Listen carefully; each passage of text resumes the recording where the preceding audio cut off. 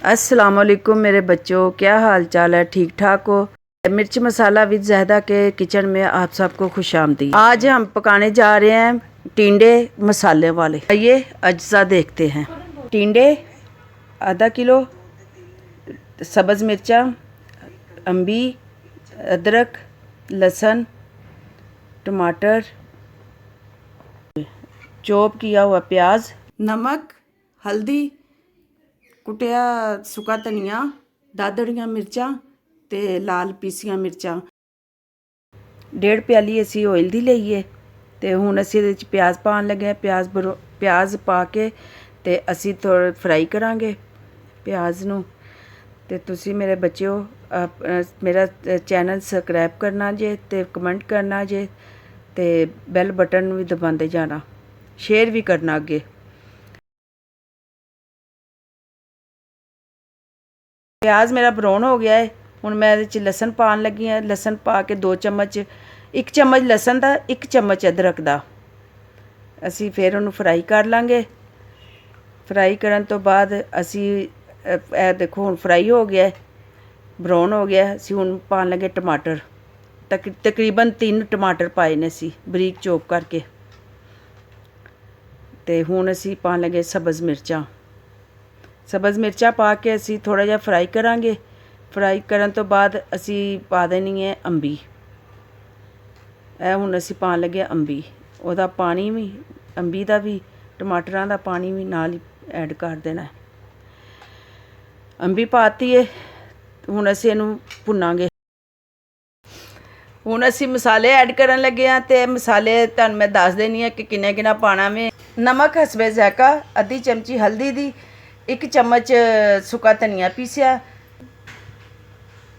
1.5 चम्मच मिर्चां दा पीसियां दा, अद्धा चम्मच कुटियां मिर्चां दादड़ियां। मसाले असी पाते ने। असी हुण इन्हां नूं भुन्नांगे। भुन के ਇਹਦਾ रंग कड्डांगे। ते मेरे बच्चों तुसीं नाल नाल मैनूं सबसक्राइब करी जाओ ते नाले मेरे चैनल नूं अग्गे शेयर करो। ते ਇਹ मेरी बच्ची दी फरमाइश सी इक दी, ते मैं ओहदी फरमाइश ते टिंडे मसाले वाले बनाउण लगी हाँ। ਇਹ ਹੁਣ ਫਰਾਈ ਬੰਦ ਵਿੱਚ ਅਸੀਂ ऑयल पा लिया ਤੇ ਅਸੀਂ ਹੁਣ ਇਹਨਾਂ ਨੂੰ ਟਿੰਡੇ ਫਰਾਈ ਕਰਾਂਗੇ। ਟਿੰਡੇ ਫਰਾਈ ਕਰਨੇ ਨੇ ਇੰਜ ਕਿ ਉਹਨਾਂ ਦਾ ਕਲਰ ਨਹੀਂ ਜਾਣਾ ਚਾਹੀਦਾ, ਜਿਹੜਾ ਕੁਦਰਤੀ ਕਲਰ ਹੈ ਫਰਾਈ ਕਰੋ ਬਸ ਇੰਨਾ ਕਿ ਉਹਨਾਂ ਦਾ ਕਲਰ ਉਹਦਾ ਬਰਕਰਾਰ ਰਵੇ।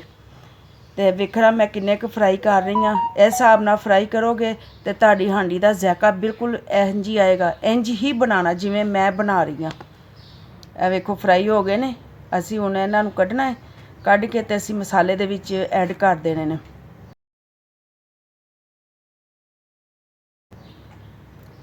ਮਸਾਲੇ 'ਚ ਐਡ ਕਰ ਦਿੱਤੇ ਨੇ ਤੇ ਤੁਸੀਂ ਨਾਲ ਨਾਲ ਮੈਨੂੰ ਕਮੈਂਟ ਕਰਦੇ ਜਾਓ। ਮੇਰੀ ਰੈਸਪੀ ਜੇ ਤੁਹਾਨੂੰ ਅੱਛੀ ਲੱਗੇ ਤੇ ਸ਼ੇਅਰ ਕਰਨਾ। ਇਹ ਵੇਖੋ ਹੁਣ ਅਸੀਂ ਮਸਾਲੇ ਦੇ ਵਿੱਚ ਪਾਤੇ ਨੇ ਟਿੰਡੇ ਸਾਰੇ ਤੇ ਇਹਨਾਂ ਨੂੰ ਹੁਣ ਅਸੀਂ ਜ਼ਰਾ ਮਿਕਸ ਕਰਨੇ ਪਿਆ। ਟਿੰਡੇ ਪਾਤੇ ਨੇ ਵਿੱਚ। ਅਸੀਂ ਹੁਣ ਇਹਨਾਂ 'ਚ ਹਲਕਾ ਜਿਹਾ ਪਾਣੀ ਪਾਵਾਂਗੇ। ਦੇਖੋ ਅਸੀਂ ਹੁਣ ਥੋੜਾ ਜਿਹਾ ਪਾਣੀ ਪਾ ਲਿਆ, ਬਿਲਕੁਲ ਥੋੜਾ ਜਿਹਾ, ਤਕਰੀਬਨ ਅੱਧੇ ਨਾਲ ਵੀ ਥੋੜਾ ਗਲਾਸ। ਹੁਣ ਅਸੀਂ ਇਹਨਾਂ ਨੂੰ ਦਮ ਤੇ ਲਾ ਦਾਂਗੇ।